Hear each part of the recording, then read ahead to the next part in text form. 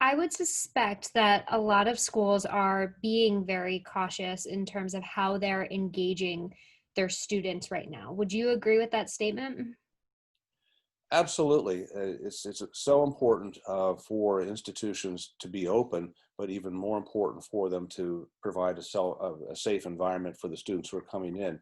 And it's something that colleges have been working on all summer to try to make their campuses ready, but to deal with all the possible contingencies. So it's likely that there are going to be some last minute decisions according to any spikes that we might see in the coronavirus or COVID-19.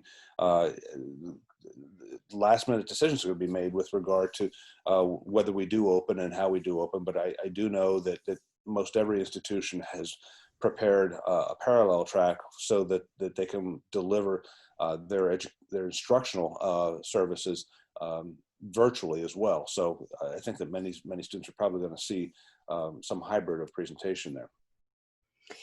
Yeah, and for students, I mean, what are their options? Aren't they committed to enroll at this point?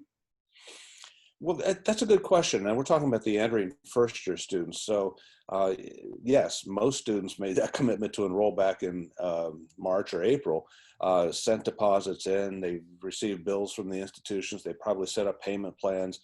They've made payments already, at least for the fall semester. So, you know, now the question is, okay, if the college is not opened or if there's some sort of a hybrid or virtual learning scenario, how does that affect me, and how does that affect the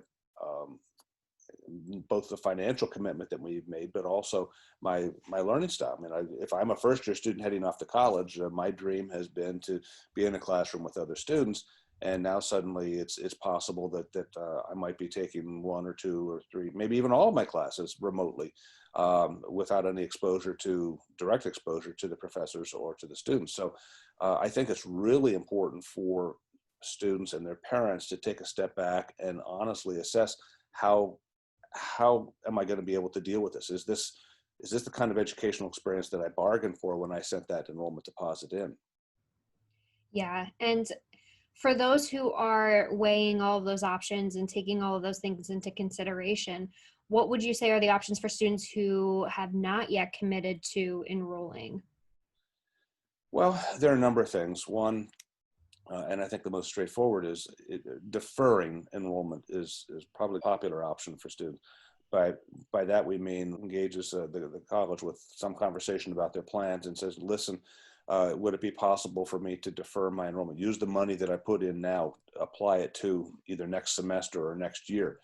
And some colleges have rules about deferral. My guess is that this year, given the circumstances, there'll be a lot of forgiveness on the part of institutions when it comes to students asking for deferral. So the only thing that you lose here is time. You shouldn't lose resources. Um, so it's possible to defer for a semester such that you would maybe just stay home, maybe work, do some study elsewhere, maybe at a community college, but be ready to enroll full time if the campus opens for in-person instruction in the spring semester, or maybe just defer for the whole year. Deferral's not a bad thing under any circumstance. It's like taking the gap year, but you have to make sure that if you do that, that you prepare yourself as a student to use your time constructively. You're somewhat limited because there's not a lot of movement that we're seeing right now in our society because of the COVID-19. It's not like you can go to an urban area and maybe do some volunteer work, or travel abroad and do some volunteer work, or have an intensive cross-cultural experience someplace else. But there are things that you might be able to do creatively within your own mind and within your own home, or your immediate neighborhoods.